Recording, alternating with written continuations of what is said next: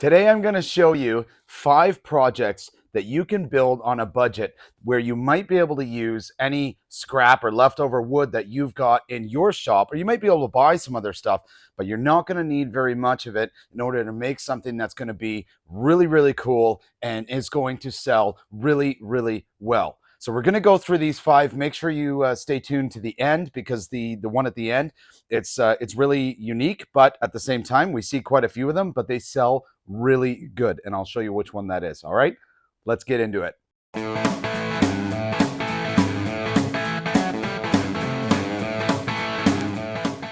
Item number 1 is coasters.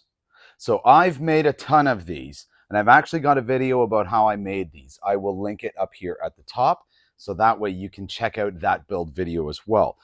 This coaster is made from some leftover walnut and maple that I had. As you can see, it's not very big. It's about 4 inches square. It's very thin. It's about 5/16 to 3/8 of an inch thick.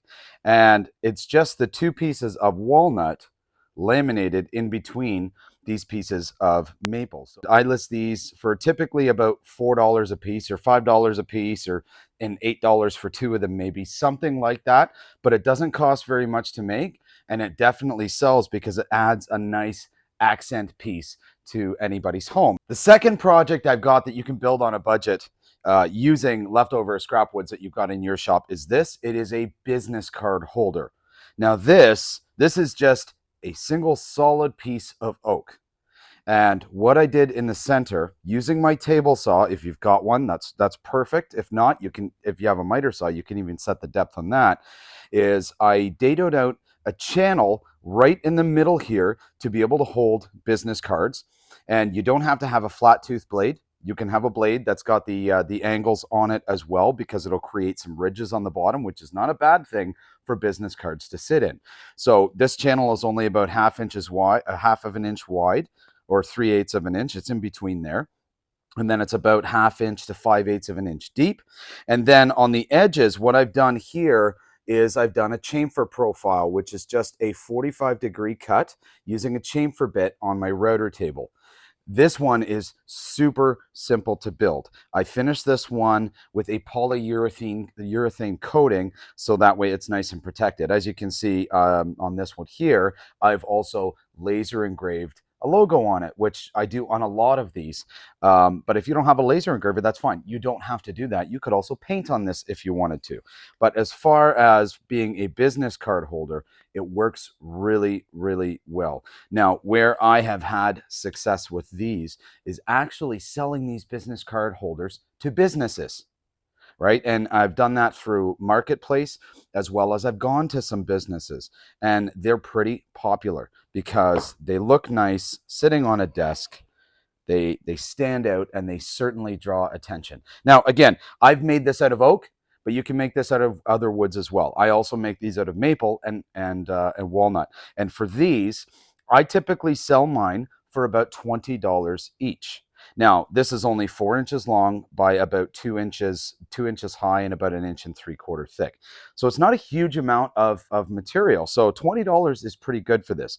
The laser engraving on it, which I do with a 10-watt laser, that is about an extra $10 or so, give or take. If you have a laser engraver, great idea to do on the front of these, because you can put the business name on it and brand it. And that's where I found a lot of success if you have something like that. But it certainly stands out. Next on my list is something that I actually just recently did a build video about, which I will link up here, and I'll put perhaps a link to that down in the description as well, is one of these, which is a cedar planter box. Now, you can make these out of pressure-treated lumber. You can make them out of non-pressure treated, like a pine or a spruce or whatnot. Absolutely. I chose to do cedar because cedar's got a really, really nice look. It is a little bit more money than your spruce and your pressure treated, but it's got a really nice natural appeal to it.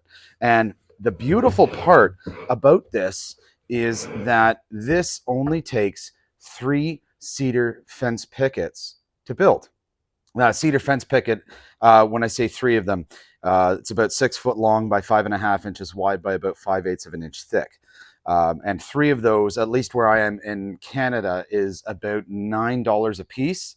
So you're looking at about $27 to $30 in and around there where I'm from to purchase those. But other places in the United States and elsewhere, you can certainly get that wood a lot cheaper, right? So you can build these for even more. So now these ones here, again, I use the 3 cedar fence pickets. Everything is cut out of these. They have a 12-inch square opening in them. The idea behind these is for somebody to put hanging flower baskets in, and it just sits on the bottom.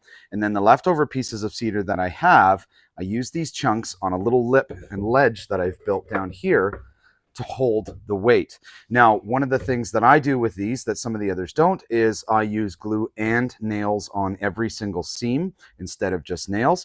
And I also treat this, even though it's cedar, which is rot resistant, I also treat it with a waterproofing and UV coating to make sure that it's going to last and to make sure that it stands the test of time. So entirely up to you, but this is a project that is worth doing, especially in the summer and of course in the spring when everybody is looking to plant things. But because these hold hanging baskets, you can buy hanging baskets all year long. So you can use these and replace them at any time, and you don't see the pot of the hanging basket inside these. So it's absolutely amazing to do. So for roughly the about 30, I'll say about $35 in materials between the UV coating and everything that I put on it, I typically retail these for about $60. And one of these takes me maybe 40 minutes to build. So it doesn't take long to build, and you can sell them for double the cost of the materials. So you can definitely make some good money on these things. So the next one that I make quite a bit of, and I actually sell at a lot of craft shows, so I actually go through these things pretty good, are these, which are bottle openers. So if you were to look on places like Etsy and whatnot, you'll find lots of these. And you'll find that some of these are retailing on there for $30 to $40 each, which when I saw that, I thought, this is crazy. Like, it's just a little tiny piece of wood, but not everybody has the ability to make these things. Plus, you have to order the hardware. So these bottle openers, I'll go through this briefly with you, but they're so simple to make. So they're about 5/16 of an inch thick. This one is a squirrely maple. This one is a walnut. Okay, now these metal pieces here, I ordered a 30 pack of these bottle openers on Amazon for about 20 bucks. And it came with the screws and the bottle openers, and all I had to do was insert them. So it was actually pretty simple to do. And 20 bucks for 30 of them, you can really make your money back on that. And so all I did with this is I cut out one of these to the shape that I wanted in MDF. So I had it as a template. Once I had my MDF template, I would simply take that template, go to another piece of wood, trace it, go to my bandsaw, or you can use a jigsaw or a squirrel saw if you want, and cut it out. And then I drill a hole here so it can be hung up. Okay, I did that just with a regular drill bit, and then I drilled another hole here, so that way we've got something for the bottle cap itself to go through. And on this side, what I did for this overall diameter is I used a larger Forstner bit. I believe this one was about an inch and 1 3/8 of an inch, I think it was. And what I did with that Forstner bit is I put this centered on the drill press. After I did the first hole, I would have it centered in the same spot. And I drilled into it with that Forstner bit just enough to actually recess and flush the actual bottle opener portion itself.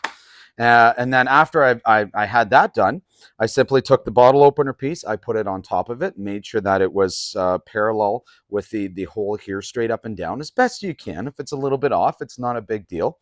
Once I did that, I put a couple of drops of CA glue in the backside, and then used the spray there just to hold it in place. And then I did, because these screws are so small, I did very, very tiny pilot holes, only going halfway through the material. And then I put these screws in with a Phillips. So you got to be very careful when you're screwing these in, depending on the diameter of your hole, because you're not going to have a ton of meat there, because you have to have space for the bottle cap itself to actually go through. This is only a 1-inch hole, and this is 1 3/8, so there's not a huge difference. But you've got glue and screws holding it. So again, any materials, maple, walnut, oak, cherry, all kinds of different ones. Be creative. But the only thing that you need to buy, if you've got the scrap wood, it can be hardwood or softwood. It really doesn't matter as long as you can sand it down nice and smooth. That is perfect. Buy these bottle cap openers and then put them on, and you're good to go. And these, very similar to most of my other projects, are simply finished with a linseed oil and beeswax. So it makes them nice and shiny, and it gives them a really nice look, and it really makes the grain pop. So these are a big eye catcher at a market. And when you're selling at a market, it's always a good idea to have some stuff that you can sell cheaper. These here, I sell them for about $10 a piece. $10 a piece when there's very, very little in materials and hardware involved with these. Just a little bit of time. That's all. And so one of the last ones that I've got for you, which is another big seller for me when I'm at these shows, is one of the ones that a lot of us already do, which is cutting boards or charcuterie boards. It's probably one of the most common projects that you come across with any woodworker. But you can make them really unique.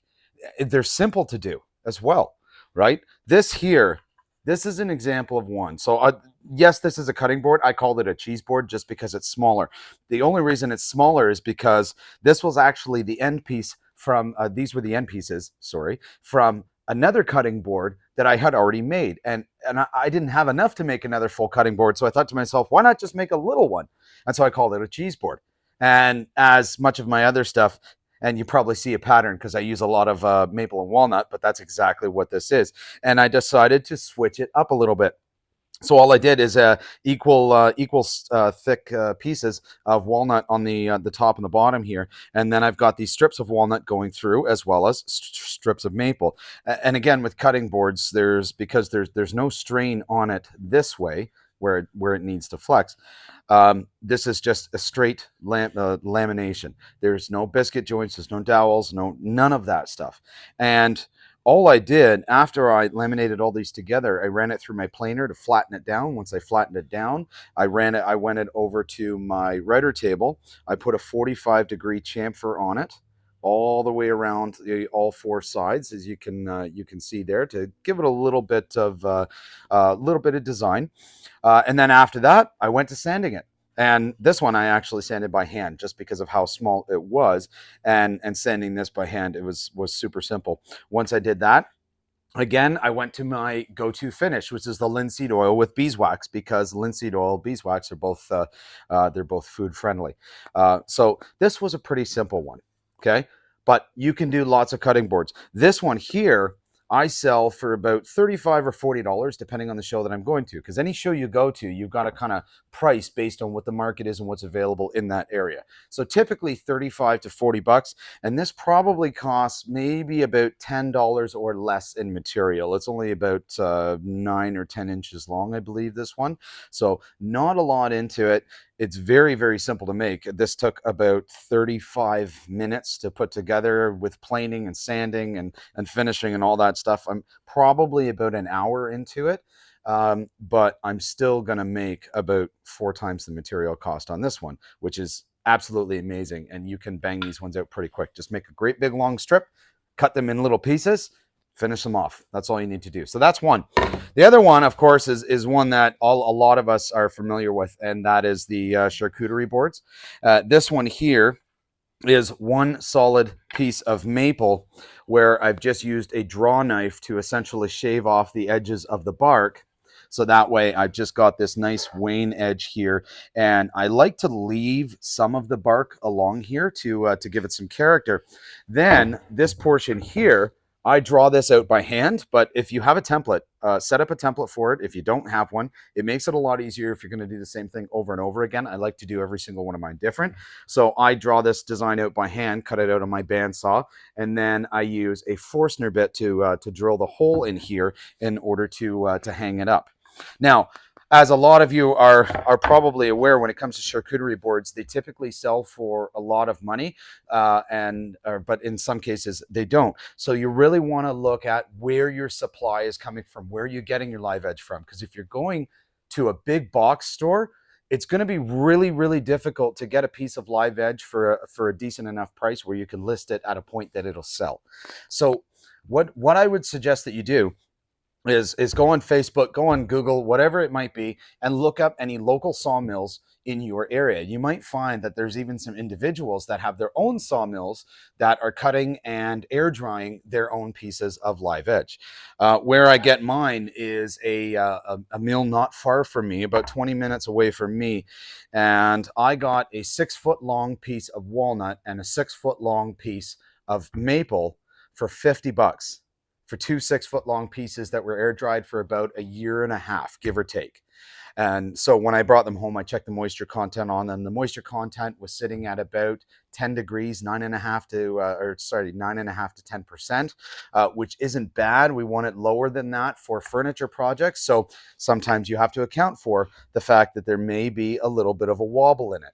So I bring it back, I climatized it to my shop and let it sit for, I think it was 48 or 72 hours that I let it sit there. Once I did that, I put this on my planing sled to get one side flat, plane the other side, and haven't had it move since.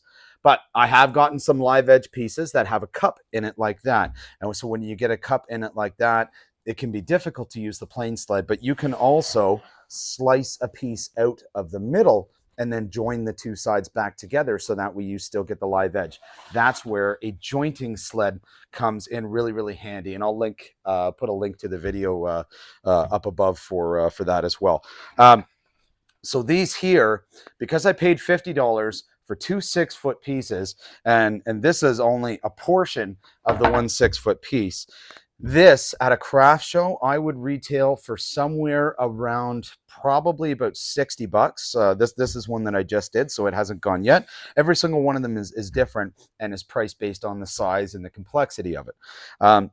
So this I'd probably price for about $60. But the nice part is this used about a third of the 1 6-foot long slab of maple, which means if I sell one piece, I've now recovered my material cost. Anything else that I make after that for any other ones that I sell is all towards labor and whatnot. But you can make a decent amount of money on it.